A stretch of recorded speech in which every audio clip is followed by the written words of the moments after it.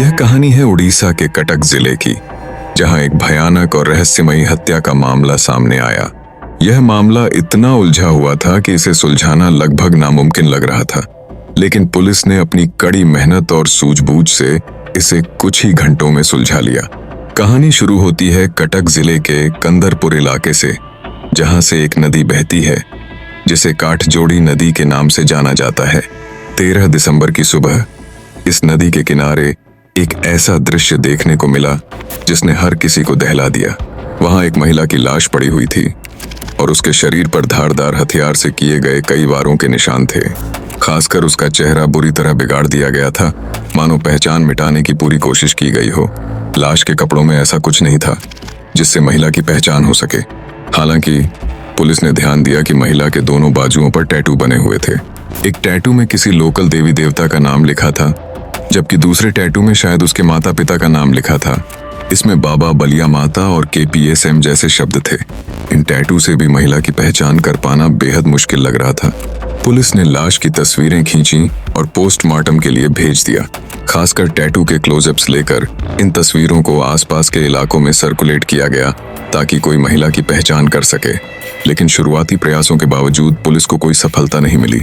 Police ने यह भी जांचा कि क्या हाल के दिनों में इस उम्र की किसी महिला की गुमशुदगी की रिपोर्ट दर्ज हुई है।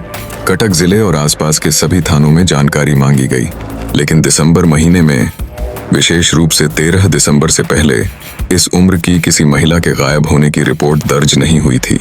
जैसे जैसे पुलिस की कोशिशें नाकाम होती जा रही थीं, वैसे वैसे यह मामला और उलझता जा रहा था। लेकिन पुलिस ने हार नहीं मानी। उन्होंने सीन ऑफ क्राइम की बारीकी से जांच की। इस दौरान पुलिस को एक महत्वपूर्ण सुराग मिला। लाश के पास नदी में एक जगह खून से सना हुआ शर्ट और पैंट बरामद हुआ। यह कपड़े पानी में फंसे हुए थे और बहाव के बावजूद वहीं रुके हुए थे। इन कपड़ों पर ताज़ा खून के निशान थे, जिससे यह अंदेशा हुआ कि यह कपड़े कातिल के हो सकते हैं। पुलिस ने कपड़ों को तुरंत अपने कब्जे में लिया और उनकी गहन जांच शुरू की। यह खून के धब्बे और कपड़ों की स्थिति इस बात का संकेत दे रहे थे कि शायद कातिल ने हत्या के बाद इन्हें यहाँ फेंक दिया था। अब यह कपड़े इस केस की गुत्थी सुलझाने में अहम भूमिका निभाने वाले थे। आगे की जांच में पुलिस को और क्या-क्या सुराग मिलते हैं और यह कपड़े कातिल तक पहुंचाने में कैसे मदद करते हैं, यह जानने के लिए इस केस की तह तक जाना जरूरी है। Welcome to the show crime book of India. मेरा नाम रश है और आप देख रहे हैं 13 दिसंबर की कहानी कटक उड़ीसा से। कहानी के आगे बढ़ने से पहले आपको यह सूचित करना चाहता हूं कि अगर आप पहली बार ये चैनल पर आए हैं तो चैनल को जरूर सब्सक्राइब करें और बेल आइकन पर क्लिक कीजिए। Crime book of India series में वह वीडियो आते हैं जो मामले हर रोज आपके आस पड़ोस होते हैं। अब आगे। कपड़ों की जेबों की तलाशी के दौरान पुलिस को कोई भी पहचान से जुड़ा सबूत नहीं मिला। न कोई कागज, न कोई ID कार्ड, न ही कोई अन्य दस्तावेज। लेकिन शर्ट और पैंट के कपड़े के अंदर एक टैग मिला। यह टैग कागज जैसा दिखने वाला एक खास मटेरियल था जिसे पेपर टैग कहते हैं। अक्सर कपड़ों में यह सफेद रंग का टैग लगा होता है जो निर्माता या दर्जी द्वारा लगाया जाता है। इस टैग पर न्यू स्टार टेलर लिखा हुआ था। यह टैग पुलिस के लिए एक अहम सुराग साबित हो सकता था, लेकिन इसमें कोई फोन नंबर या पता नहीं लिखा था। इसका मतलब यह था कि पुलिस के पास एक नाम तो था, पर उससे जुड़े व्यक्ति या दुकान तक पहुंचना लगभग असंभव था। हालांकि पुलिस ने हिम्मत नहीं हारी। उन्होंने तय किया कि इस न्यू स्टार टेलर का पता लगाने के लिए हर संभव प्रयास किया जाएगा। पुलिस ने आसपास के जिलों और इलाकों में दर्जी की दुकानों की जांच शुरू की। उन्होंने कई दर्जी की दुकानों पर जाकर इस टैग की तस्वीरें दिखाई और पूछताछ की, लेकिन कंदरपुर इलाके में न्यू स्टार टेलर नाम की कोई दुकान नहीं मिली। इसके बाद पुलिस ने जिले के अन्य इलाकों में भी जांच का दायरा बढ़ाया। कई दर्जियों से बात की, लेकिन सभी ने इस तरह का टैग इस्तेमाल करने से इनकार कर दिया। यहाँ तक कि ओडिशा के अलग अलग जिलों में जाकर 10 दर्जियों से पूछताछ की गई। सभी ने इस टैग से अपना संबंध होने से इनकार कर दिया। ऐसा लग रहा था कि यह सुराग भी पुलिस के हाथ से फिसल रहा है, लेकिन पुलिस ने हार नहीं मानी। इस बीच पुलिस ने सोशल मीडिया का सहारा लिया और लोगों से मदद की अपील की। उन्होंने टैग की तस्वीरें शेयर की और कहा कि अगर किसी को इस टैग के बारे में जानकारी हो तो तुरंत पुलिस को सूचित करें। पुलिस की यह कोशिश रंग लाई। गंजाम जिले से एक व्यक्ति ने YouTube पर कमेंट करते हुए बताया कि उनके इलाके में न्यू स्टार टेलर नाम की एक दुकान है। पुलिस ने तुरंत गंजाम जिले की एक टीम को भजन गंगा नामक जगह पर भेजा जहां यह दुकान बताई गई थी। जब पुलिस वहां पहुंची और उस दुकान के मालिक से बात की तो उसने इस टैग को देखकर कहा कि यह उसका नहीं है। उसने बताया कि उसके टैग अलग तरह के होते हैं। पुलिस को फिर से निराशा हाथ लगी, लेकिन उसी टेलर ने एक महत्वपूर्ण जानकारी दी। उसने बताया कि इस तरह के पेपर टैग का इस्तेमाल सूरत, गुजरात में होता है। सूरत कपड़ा उद्योग का एक बड़ा केंद्र है और वहां के निर्माता और दर्जी अक्सर इस तरह के टैग का उपयोग करते हैं। जब पुलिस ने उससे पूछा कि उसे यह जानकारी कैसे है, तो उसने बताया कि वह पहले सूरत में काम करता था। वहां उसने इस तरह के पेपर टैग का इस्तेमाल होते देखा है। यह जानकारी ओडिशा पुलिस के लिए बेहद महत्वपूर्ण थी। उन्हें लगा कि अब इस मामले को सुलझाने में एक नई दिशा मिल सकती है। सूरत, जो सूती कपड़ों के लिए देश भर में मशहूर है, अब पुलिस की जांच का अगला गंतव्य बन गया। पुलिस को उम्मीद थी कि इस जानकारी के आधार पर वे इस टैग और उसके मालिक तक पहुंचने में कामयाब हो सकते हैं। तो पुलिस को न्यू स्टार टेलर के कपड़ों से जो सुराग मिला था वह बेहद महत्वपूर्ण साबित हुआ। इन कपड़ों पर एक टैग था जिसमें एक कोड नंबर लिखा हुआ था 3833। यह कोड नंबर संभवतः ग्राहकों की पहचान के लिए टेलर या मैन्युफैक्चरर द्वारा इस्तेमाल किया जाता था। पुलिस ने इस कोड नंबर और न्यू स्टार टेलर के नाम के आधार पर उस टेलर की खोज शुरू की जो सूरत में स्थित था। उड़ीसा पुलिस ने गुजरात पुलिस से संपर्क किया और सूरत पुलिस को इस जांच में शामिल किया। सूरत पुलिस ने भी तुरंत कार्रवाई करते हुए न्यू स्टार टेलर की खोज शुरू कर दी। आखिरकार पुलिस उस टेलर शॉप तक पहुंच गई जिसने यह टैग लगाए थे। जब टेलर मास्टर से पूछताछ की गई तो उसने बताया कि वह इस कोड नंबर से जुड़ा ग्राहक पहचान सकता है। उसने अपना रजिस्टर निकाला और जांच की। रजिस्टर में 3833 कोड के आगे बाबू नाम लिखा हुआ था। हालांकि इसके अलावा कोई फोन नंबर या पता दर्ज नहीं था।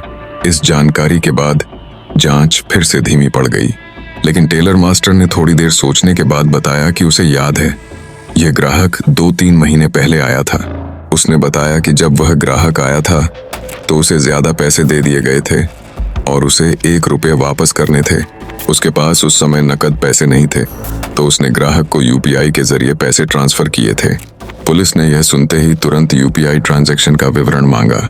टेलर मास्टर ने अपना मनी ट्रांसफर ऐप चेक किया और पुलिस को वह यूपीआई आईडी दी जिस पर उसने पैसे ट्रांसफर किए थे। इस यूपीआई आईडी के जरिए पुलिस को पता चला कि वह शख्स जगन्नाथ देहुरी उर्फ बाबू था। जांच में यह भी सामने आया कि वह व्यक्ति ओडिशा के केंद्रपाड़ा जिले का निवासी है। सूरत पुलिस ने यह जानकारी उड़ीसा पुलिस को दी और कटक पुलिस ने केंद्रपाड़ा पुलिस से संपर्क किया। केंद्रपाड़ा पुलिस ने जगन्नाथ देहुरी की खोज शुरू की, लेकिन यहाँ पुलिस को एक और झटका लगा। पता चला कि जगन्नाथ देहुरी अपना घर छोड़कर सूरत के लिए रवाना हो चुका है। जांच के दौरान यह भी पता चला कि सूरत में कपड़ा उद्योग में बड़ी संख्या में ओडिशा के कारीगर काम करते हैं। सूरत में कई मोहल्ले ऐसे हैं जहां ओडिशा के लोग बसे हुए हैं। जगन्नाथ देहुरी भी सूरत में टेलरिंग का काम करता था। जब पुलिस को यह जानकारी मिली कि वह ट्रेन से सूरत जा रहा है, तो उन्होंने तुरंत ट्रेन की लाइव लोकेशन ट्रैक करनी शुरू की। अब पुलिस के पास इस सस्पेक्टेड किलर को पकड़ने का मौका था और उन्होंने तेजी से कार्रवाई शुरू की। कातिल जगन्नाथ देहुरी, जिसे बाबू के नाम से भी जाना जाता है, उस वक्त एक ट्रेन में सफर कर रहा था जो उड़ीसा से रायगढ़ की ओर जा रही थी। पुलिस ने तुरंत रायगढ़ पुलिस से संपर्क किया और आरोपी को पकड़ने के लिए कदम उठाए। आखिरकार रायगढ़ की लोकल पुलिस ने ट्रेन से ही इस व्यक्ति को उतार लिया। जब बाबू से पूछताछ की गई और महिला के कत्ल के बारे में सवाल किया गया, तो उसने शुरुआत में हर कातिल की तरह इस अपराध से साफ इनकार कर दिया। लेकिन जब पुलिस ने उसे सबूत दिखाए, उसके कपड़े, शर्ट और उस पर मौजूद टेलर का टैग जो ओडिशा से गुजरात तक वेरीफाई किया गया था, तो वह टूट गया और अपराध कबूल कर लिया। बाबू ने खुलासा किया कि उसने अपनी भाभी की हत्या की थी। उसकी भाभी बलराम देहुरी की पत्नी थी। बाबू ने बताया कि बलराम और उसकी पत्नी के बीच संबंध बेहद खराब थे। बलराम को अपनी पत्नी पर शक था कि उसके किसी और के साथ संबंध हो सकते हैं। इसी कारण बलराम ने बाबू और उनके एक और कजन हैप्पी देहुरी के साथ मिलकर इस हत्या की साजिश रची। इन तीनों ने मिलकर न केवल हत्या की, बल्कि महिला की पहचान मिटाने के लिए उसका चेहरा बुरी तरह बिगाड़ दिया। बाबू ने बताया कि हत्या के बाद उन्होंने लाश को इस तरह ठिकाने लगाया ताकि उसकी पहचान न हो सके। चेहरा विकृत करने का काम खुद बाबू ने किया था। इस मामले में पहले बाबू को गिरफ्तार किया गया, फिर आरोपी पति बलराम देहुरी और अंत में हैप्पी देहुरी को भी पुलिस ने हिरासत में ले लिया। यह एक ब्लाइंड मर्डर का केस था, जहां शुरुआती जांच में पुलिस के पास कोई ठोस सुराग नहीं था, लेकिन नदी किनारे मिले कपड़ों पर लगे टेलर के टैग से पुलिस ने इस केस को सुलझाने की दिशा में कदम बढ़ाया। इसी टैग ने उन्हें सूरत, गुजरात तक पहुंचाया। वहां से सबूत जुटाने के बाद पुलिस ने रायगढ़ में बाबू को गिरफ्तार किया। इसके बाद बलराम और हैप्पी को भी उड़ीसा से पकड़ा गया। यह मामला पुलिस की शानदार जांच का एक बेहतरीन उदाहरण है। इतने बड़े दायरे में फैले इस केस को महज 48 से 72 घंटों में सुलझा लिया गया। पुलिस की मुस्तैदी और उनके प्रयासों की जितनी तारीफ की जाए उतनी कम है। आपको यह कहानी कैसी लगी? क्या आप इस केस से जुड़ी किसी और जानकारी को जानना चाहेंगे? कृपया अपनी राय हमें कमेंट के जरिए जरूर बताएं। आपके विचारों का हमें हमेशा इंतजार रहता है। अगर आप ऐसी ही और क्राइम स्टोरी सुनना चाहते हैं तो हमारे चैनल को सब्सक्राइब करें। इसके अलावा क्राइम केसेस जैसे सोनिया इंस्टाग्राम इन्फ्लुएंसर का murder case, Manish Chauhan murder case, Bengaluru की Mahalakshmi murder case, Shraddha Aftab murder case और बहुचर्चित सैम अब्राहम मर्डर केस हमारे black and white true crime stories of India podcast में उपलब्ध है। आप उन्हें भी देख सकते हैं। तब तक आप अपना ख्याल रखें और अपनों का ख्याल रखें। कल वापस मिलेंगे क्राइम बुक में। धन्यवाद।